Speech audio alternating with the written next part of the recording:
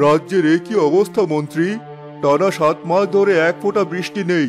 মাঠ ফেটে চৌচির, ফসল পুড়ে ছাই, প্রজারা ক্ষুধায় কাতর। রাজকোষের সঞ্চিত শস্য তো ফুরিয়ে এলো। মহারাজ, আমরা আমাদের সাধ্যমতো চেষ্টা করছি, কিন্তু প্রকৃতির উপর তো আমাদের কারো হাত নেই। এ নিশ্চয় সৃষ্টিকর্তার কোনো পরীক্ষা। তাহলে উপায়? আমার রাজ্যের প্রজারা না খেয়ে মারা যাবে, আর আমি অসহায়ের মতো বসে দেখব? সুবর্ণপুরের রাজা হিসেবে এটা আমার জন্য চরম লজ্জার। আমার নাম বিক্রমাদিত্য। আমি হার মানতে শিখিনি। মহারাজ, যদি অনুমতি দেন তবে একটা পুরনো কথা স্মরণ করিয়ে দিতে পারি। কি কথা? এই মুহূর্তে যে কোনো উপায় আমার কাছে মূল্যবান। বলো, কি বলবে? আমাদের রাজ্যের উত্তরে যে দুর্গম অরণ্য রয়েছে, নাম ছায়াবন। পূর্বপুরুষদের মুখে শুনেছি সেই বনের গহীনে এক আশ্চর্য বৃক্ষ আছে। লোকে তাকে স্বর্ণবৃক্ষ বলে ডাকে। স্বর্ণবৃক্ষ? সে আবার কি?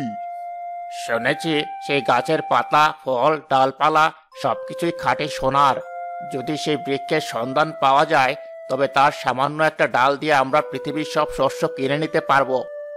ঠিক বলেছ। আমি এই মুহূর্তেই ঘোষণা দিচ্ছি, যে ব্যক্তি আমাকে সেই স্বর্ণবৃক্ষের সন্ধান এনে দিতে পারবে তাকে আমি তার ওজনের সমান স্বর্ণ মুদ্রা দিয়ে পুরস্কৃত করব। যাও, সারা রাজ্যে এই ঘোষণা ছড়িয়ে দাও।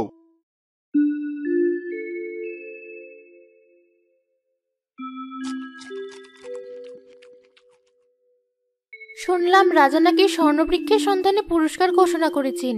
গ্রামের অনেকেই বলা বলি করছে। শুনেছি লোভ মানুষকে কতটা অন্ধ করে দিতে পারে, তাই না? তোমার কি মনে হয় ওই গাছ কি সত্যি আছে? জানি না, তবে যদি থেকেও থাকে, প্রকৃতি যা সহজে দিতে চায় না তা জোর করে কেড়ে নিতে গেলে বিপদ বাড়ে। গ্রামের অনেকেই তো পুরস্কারের লোভে জঙ্গলে যাওয়ার প্রস্তুতি নিচ্ছে। তোমার বন্ধুরাও তো যাচ্ছে। ওরা ভুল করছে লায়লা। আসল সম্পদ তো সোনা নয়, আসল সম্পদ হলো এই মাটি, এই বৃষ্টি, এই বাতাস।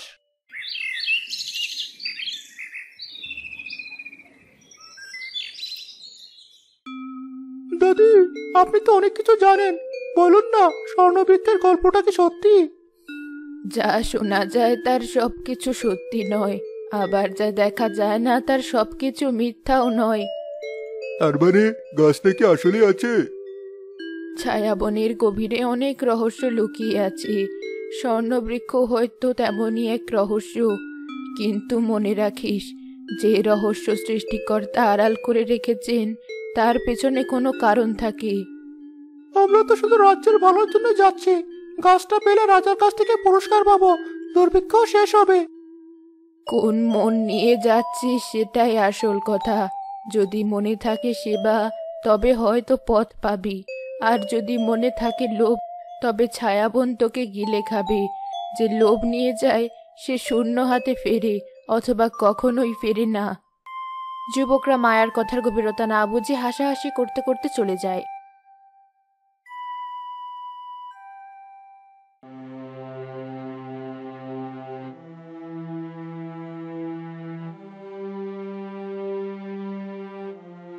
কি হলো শশাঙ্ক? সপ্তাহ পেরিয়ে গেল, কই সেই স্বর্ণবৃক্ষ? যারা গিয়েছিল তাদের কোনো খবর আছে? মহারাজ, দুঃসংবাদ আছে। যারা ছায়াবনে প্রবেশ করেছিল তাদের মধ্যে কেউ ফিরে আসেনি। কয়েকজন যারা বনের কিনারা থেকে ফিরেছে তারা বলেছে ওই বন অভিশপ্ত। ভেতরে অদ্ভুত শব্দ হয়, পথ হারিয়ে যায়। অভিশপ্ত?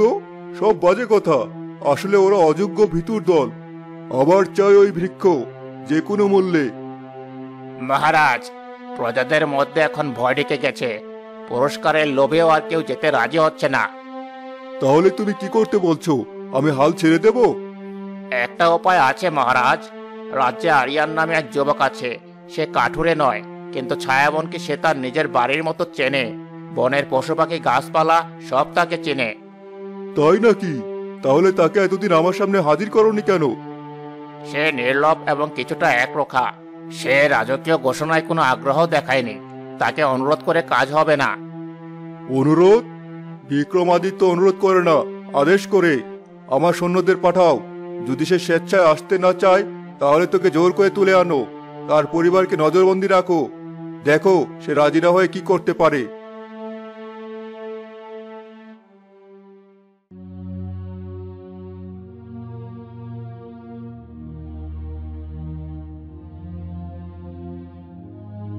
আরিয়ান, রাজা তোমাকে একটা গুরুত্বপূর্ণ দায়িত্ব দিয়েছেন। তোমাকে আমাদের সাথে ছায়াবনে গিয়ে স্বর্ণবৃক্ষের পথ দেখাতে হবে। আমি আপনাদের আগেই বলেছি আমি যাব না, ওই বন লোভীদের জন্য নয়। তোমার মতামত এখন আর গুরুত্বপূর্ণ নয়। তুমি যাবে কারণ রাজা তাই চান। আর যদি না যাও তবে তোমার এই প্রিয় মানুষটি কি হবে তা আমি বলতে পারছি না। না না, ওকে ছেড়ে দিন। আমরা গরিব মানুষ, আমাদের দিয়ে আপনাদের কি হবে? শশাঙ্ক, তুমি এত নীচ! একজন নিরীহ নারীর উপর অত্যাচার করতে তোমার লজ্জা করে না? রাজার আদেশের কাছে লজ্জা শরম কিছুই নেই। এখন সিদ্ধান্ত তোমার। হয় তুমি পথ দেখাবে, আর না হয় তোমার স্ত্রীকে রাজার ক্রোধের শিকার হতে হবে। ঠিক আছে, আমি যাব, কিন্তু আমার একটা শর্ত আছে। বলো। আমার স্ত্রী এবং আমার গ্রামের মানুষদের কোনো ক্ষতি করা হবে না। আমি ফিরে না আসা পর্যন্ত তারা নিরাপদে থাকবে। বেশ, তাই হবে। এবার চলো, রাজা অপেক্ষা করছেন।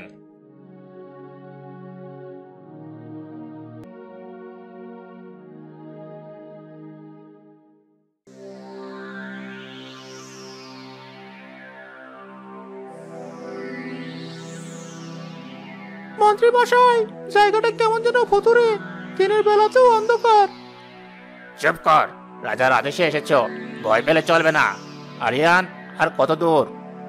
আমি শুধু পথ দেখাতে পারি, বৃক্ষ কোথায় আছে তা আমি জানি না।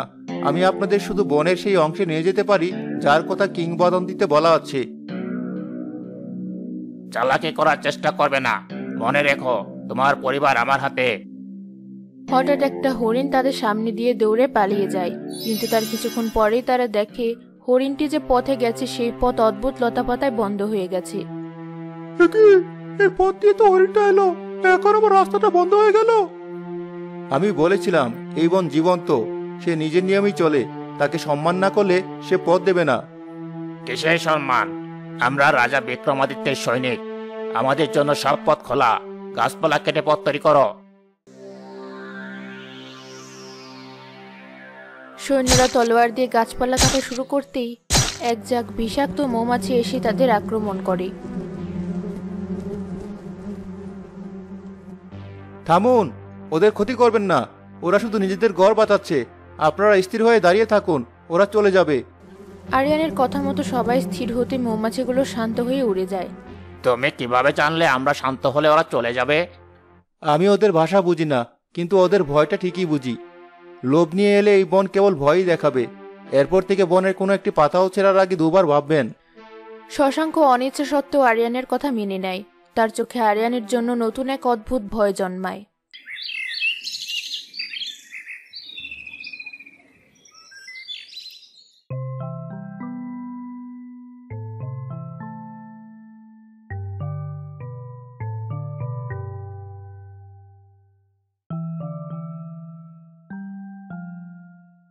পেয়েছি, আমরা পেয়ে গেছি। মহারাজ, আপনার স্বপ্ন সত্যি হয়েছে। কি অপূর্ব! আমার জীবনে এমন কিছু দেখিনি। এত সৃষ্টিকর্তার এক অসামান্য সৃষ্টি। আর কোনো কথা নয়, এখনই গাছের ডাল ভাঙা শুরু করো। যতটা পারো সোনার সাথে নাও। রাজা এই খবর শুনলে আনন্দে আত্মহারা হয়ে যাবেন। সৈন্যরা লোভের বশে ছুটে গিয়ে গাছের ডাল ভাঙতে শুরু করে। আরিয়ান অসহায়ের মতো দাঁড়িয়ে থাকে। থামুন, আপনারা কি করছেন বুঝতে পারছেন? এটা কোনো সাধারণ বৃক্ষ নয়। এর সাথে এমন আচরণ করবেন না, এর ফল ভালো হবে না। চুপ করো মূর্খ! দেখছো না এ খাঁটি সোনা? এই দিয়ে আমরা দুর্ভিক্ষ দূর করব। তুমি আমাদের পথ দেখিয়েছ, তোমার কাজ শেষ। এখন চুপচাপ দাঁড়িয়ে দেখো। শশাঙ্ক একটি বড় ডাল ভাঙতে পুরো বন যেন একবার কেঁপে ওঠে। একটা হিমশীতল বাতাস বয়ে যায়। আপনারা সবচেয়ে বড় ভুলটা করে ফেললেন। কিসের বল? দেখো আমার হাতে কত সোনা। মন্ত্রী মশাই, আমার পানির পাত্র, পানি সব বালি হয়ে গেছে। সবাই নিজেদের পানির পাত্র বের করে দেখে সব পাত্রের পানি শুকিয়ে বালি হয়ে গেছে। সাথে থাকা ফল, রুটি সবকিছু চোখের সামনে পচে গলে যাচ্ছে। এ কি হচ্ছে? আমাদের খাবার সব নষ্ট হয়ে গেল। কিভাবে সম্ভব? এসব কি হচ্ছে আরিয়ান? আমি বলেছিলাম আপনারা বৃক্ষের সাথে যা করছেন এটা তারই প্রতিফল। আপনারা এর প্রাণ কেড়ে নিয়েছেন, তাই প্রকৃতি আপনাদের থেকে বাঁচার রসদ কেড়ে নিচ্ছে। এটাই স্বর্ণবৃক্ষের অভিশাপের শুরু। অভিশাপ? বাজে কথা। আমাদের কাছে সোনা আছে, আমরা ফিরে গিয়ে সব কিনে নিতে পারবো। এই বন থেকে বেরোতে পারবেন তো? যে বন আপনাদের জল আর খাদ্য কেড়ে নিয়েছে সে আপনাদের পথ দেবে বলে মনে করেন? সৈন্যদের মুখ ভয়ে ফ্যাকাশে হয়ে যায়। তাদের হাতে সোনা এখন তাদের কাছে ভারী পাথরের মতো মনে হতে থাকে।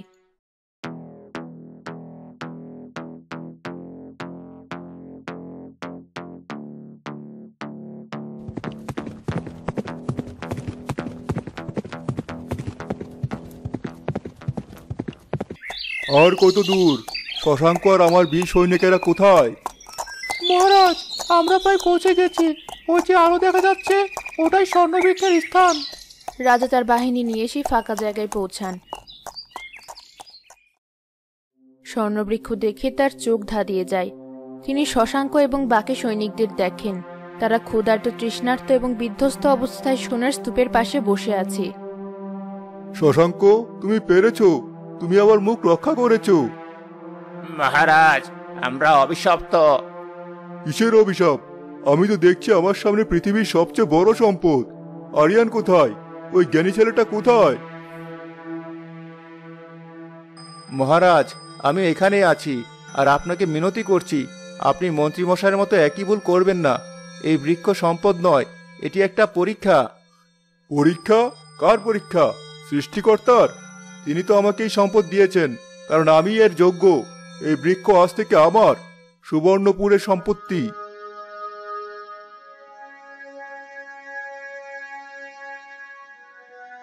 হে স্বর্ণবৃক্ষ, যদি তোমার মধ্যে কোনো ক্ষমতা থাকে তবে আমার প্রার্থনা শোনো।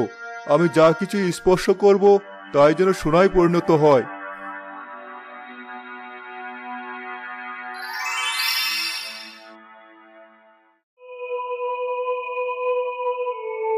মহারাজ, এ আপনি কি করলেন?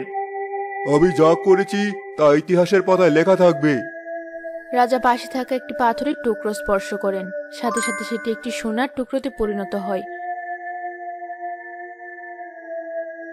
সৈন্যরা উল্লাসে ফেটে পড়ে। দেখলে আমার ক্ষমতা? এখন আমার রাজ্যে কোনো অভাব থাকবে না। রাজা আনন্দে তার নিজের তলোয়ার স্পর্শ করলে সেটাও সোনা হয়ে যায়। তারপরে তার তৃষ্ণা পেলে তিনি এক সৈনিকের হাত থেকে পানির পাত্র নিতে যান। যে মুহূর্তে তিনি পাত্রটি স্পর্শ করেন, পাত্র এবং তার ভেতরের পানি সহ সোনায় পরিণত হয়। এ কি? আমার পানি? মহারাজ, আপনি ক্ষমতা চেয়েছিলেন, সৃষ্টিকর্তা আপনাকে ক্ষমতা দিয়েছেন, কিন্তু আপনি ভুলে গেছেন সোনায় ক্ষুধা মেটে না, তৃষ্ণাও মেটে না। আপনি যা চেয়েছেন তাই পেয়েছেন। রাজা বিক্রমাদিত্য আতঙ্কিত চোখে নিজের হাতের দিকে তাকান। যে হাত দিয়ে তিনি সবকিছু সোনা বানাতে পারেন, সেই হাত দিয়ে তিনি এখন এক গ্লাস পানিও পান করতে পারবেন না। তার বিজয় উল্লাস এক মুহূর্তে ভয়ঙ্কর আর্তনাদে পরিণত হয়।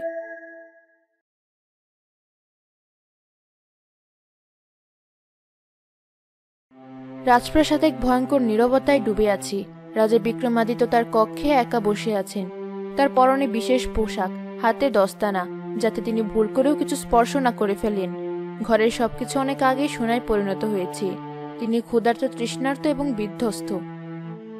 মহারাজ, আপনার জন্য খাবার আনা হয়েছে। কিভাবে খাবো আমি? আমার সামনে খাবার রাখলেই তো তা সোনা হয়ে যাবে। সরিয়ে নিয়ে যাও, আমার চোখের সামনে থেকে সব সরিয়ে নাও। কিন্তু মহারাজ, এভাবে আর কতদিন? চুপ করো শশাঙ্ক, এই সব কিছুর জন্য তুমি দায়ী। তুমি আমাকে এই স্বর্ণবৃক্ষের লোভ দেখিয়েছিলে। আমি তো কেবল রাজ্যের ভালোর কথাই ভেবেছিলাম মহারাজ। আমি কিভাবে জানবো যে এমনটা হবে? ভালো? আমার রাজ্য আজ শ্মশানে পরিণত হয়েছে। প্রজারা অনাহারে মরছে, আর তাদের রাজা সোনার কারাগারে বসে না খেয়ে মরছে। এর চেয়ে বড় পরিহাস আর কি হতে পারে? বাবা, তুমি কিছু খাচ্ছ না কেন? অনন্যা, মা আমার কাছে এসো না, দূরে থাকো, আমাকে ছুঁয়ো না। রাজকুমারী ভয় পেয়ে কান্না শুরু করে। রাজা অসহায়ের মতো মেয়ের দিকে তাকিয়ে থাকেন।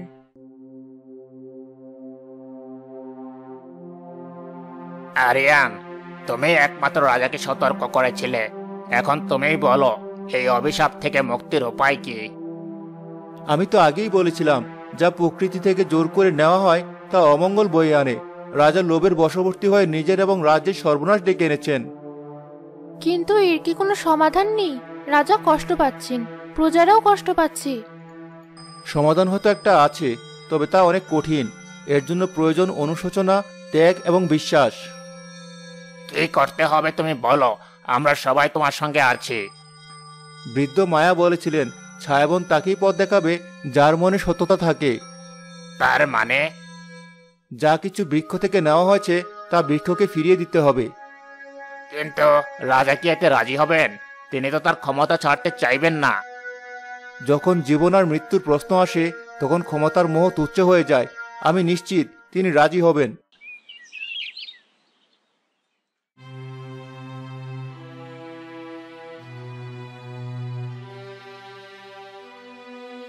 তুমি এসেছো আরিয়ান, আমি জানতাম তুমি আসবে। বলো, আমাকে এই নরক থেকে বাঁচানোর কোনো উপায় আছে? মহারাজ, উপায় একটি, আপনাকে অনুতপ্ত হতে হবে।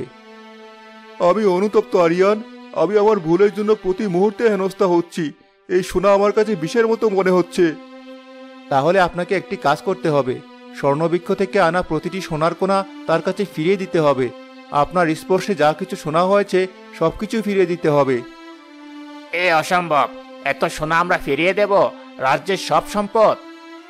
যে সম্পদ জীবন কেড়ে নেয় তা সম্পদ নয়, অভিশাপ। আমি মুক্তি চাই। একটি বিশাল সমাগম ছায়াবনের দিকে এগিয়ে চলেছে। গরুর গাড়িতে করে স্বর্ণবৃক্ষ থেকে আনা সোনা এবং রাজপ্রাসাদের সোনা হয়ে যাওয়া জিনিসপত্র নিয়ে যাওয়া হচ্ছে। রাজা বিক্রমাদিত্যকে একটি পালকিতে করে নিয়ে যাওয়া হচ্ছে, যাতে তার পা মাটি স্পর্শ না করে। আরিয়ান মিছিলের সামনে পথ দেখিয়ে নিয়ে চলেছে। আরিয়ান, তোমার কি সত্যি মনে হয় এতে কাজ হবে যদি বৃক্ষ আমাদেরকে ফিরিয়ে দেয়? বিশ্বাস রাখতে হবে মন্ত্রীমশাই। আমরা কোনো দাবি নিয়ে যাচ্ছি না, আমরা ক্ষমা চাইতে যাচ্ছি। আরিয়ান ঠিক বলেছে শশাঙ্ক। আমি আমার জীবনে অনেক বড় ভুল করেছি। আমি ভেবেছিলাম সম্পদই শক্তি, কিন্তু আমি এখন বুঝতে পারছি সন্তুষ্টি হলো সবচেয়ে বড় শক্তি। তারা স্বর্ণবৃক্ষের কাছে পৌঁছায়। গাছটি এখনো নিষ্প্রাণ সোনার মতো দাঁড়িয়ে আছে, কিন্তু তার চারপাশের পরিবেশ আরো বেশি থমথমে। মহারাজ, এবার আপনার পালা। আপনাকে সৃষ্টিকর্তার কাছে মন থেকে ক্ষমা চাইতে হবে। হে সৃষ্টিকর্তা, আমি এক মূর্খ লোভী বান্দা। তুমি আমাকে স্বর্ণবৃক্ষের মাধ্যমে যা দিয়েছিলে আমি তাতে সন্তুষ্ট থাকিনি। আমি আমার ভুল বুঝতে পেরেছি। আমি প্রতিজ্ঞা করছি আর কখনো সম্পদের পিছনে ছুটব না। আমি তোমার সৃষ্টির সেবা করব। রাজার প্রার্থনা শেষ হতেই শ্রদ্ধার সাথে প্রজারা এক এক করে সোনার ডালপাতা এবং অন্যান্য জিনিসপত্র বৃক্ষের গোড়ায় রাখতে শুরু করে।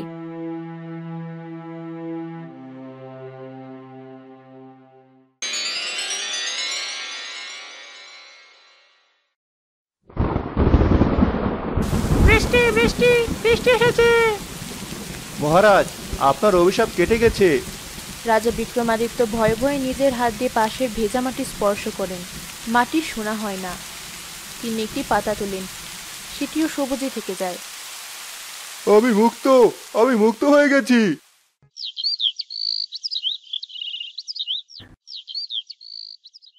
সুবর্ণপুর রাজ্যে আবার শান্তি ফিরে এসেছে। বৃষ্টির পর ফসল ফলেছে প্রচুর। রাজ্যে আর কোনো হাহাকার নেই। রাজার চেহারায়ও এখন আর সেই ভাঁজ নেই। আছে সুখ আর শান্তি।